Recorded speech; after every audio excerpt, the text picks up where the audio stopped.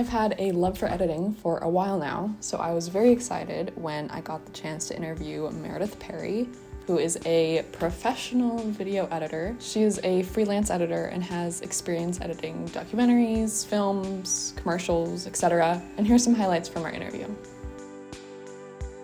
So I'm curious, what made you want to become an editor in the first place?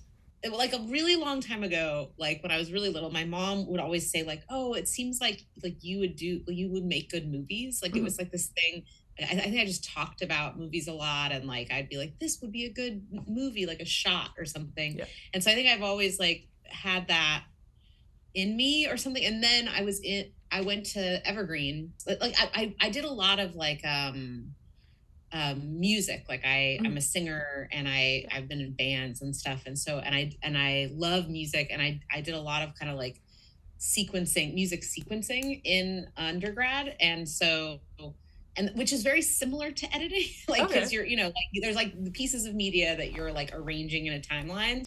So I was doing that, and then I ended up meeting some people who were really into making films, and they were like, let's make a film together. And so I sort of and at the time I remember thinking, my mom always said that movies would be, it was like a really funny, I was like, oh, maybe I should like try making a movie and see if I like it. Cool. And then it was literally like, who's going to edit this? You know what I mean? And I was like, I'll try to edit it, and so I liked it and was good at it. Mm-hmm.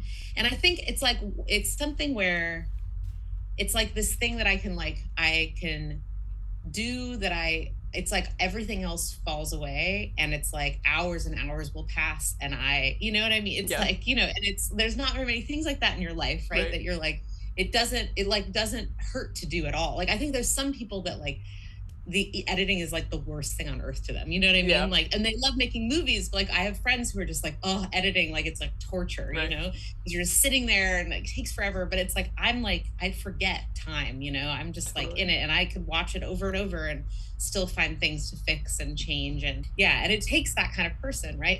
Yeah, I think so. Yeah, a patience or something, Definitely. Yeah. I also had a question that kind of tied into what you were saying about like singing. So I'm curious like how you like incorporate that into like your like editing and stuff like that, if you do. Yeah, I do. Yeah. I mean, not singing. Well, actually, I guess some of my like early films, I did the soundtracks for them. So I did some of that. So I did a lot of like audio mixing in undergrad too. But like I just like, I love adding sound effects. I love like tricks, like people flub their lines, and I love to be able to like, I'll just like record myself going and then add it in, because they didn't say toy, they were like oi, and then this, and so it's like little things you can do that you can fix, you know. What has been like one of the most like challenging projects that you've like worked on?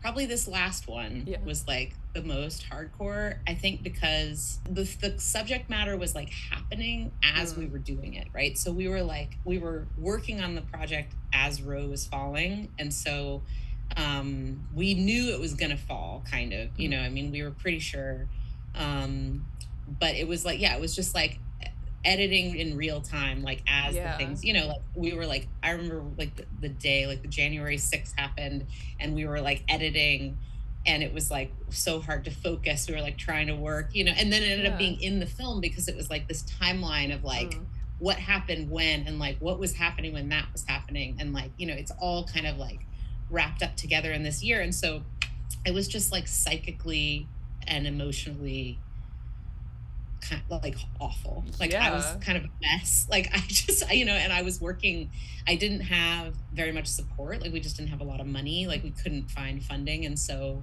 I was editing on my own all this footage, and so I was working like 16-hour days, and it was just like for months and months, like I was like just editing and editing. I would just be like, I can't do this, I hate this, I'm freaking out. And then I would just think like, Francine's gonna get a standing ovation. She's like the main character, and she's the activist, and she's like, nobody knows who, or well, people do now, but nobody knew who she was, but she'd been like tirelessly fighting for abortion rights for her entire career. But I was just like, wherever, someday we're going to show this, and Francine's going to get a standing ovation, and I am going to like be so happy. So I would like think that, And then at Sundance, when we went, Francine went, and like every Wow. time we showed, Francine would get up on stage and the whole audience would go, and then she would get a standing Oh my ovation. And God. I would be like crying. Yeah.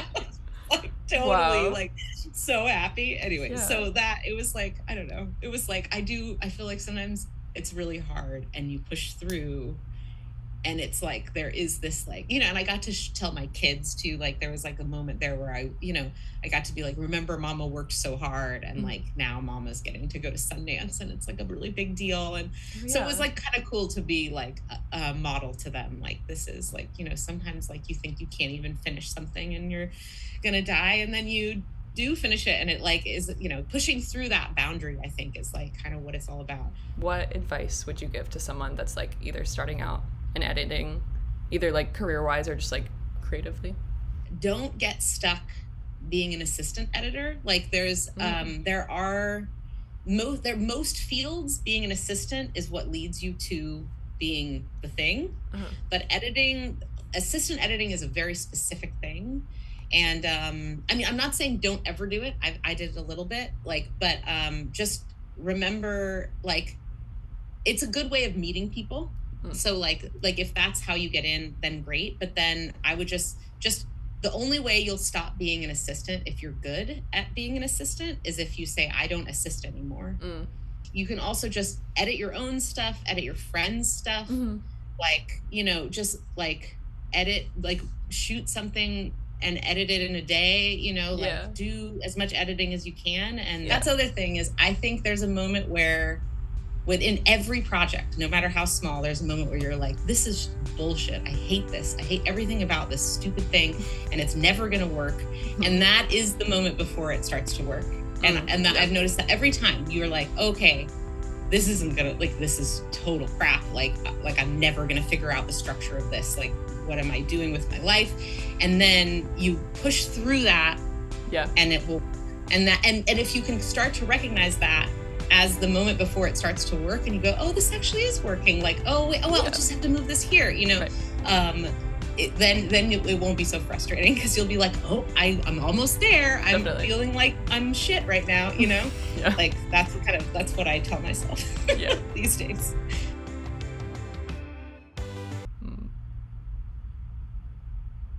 Oh.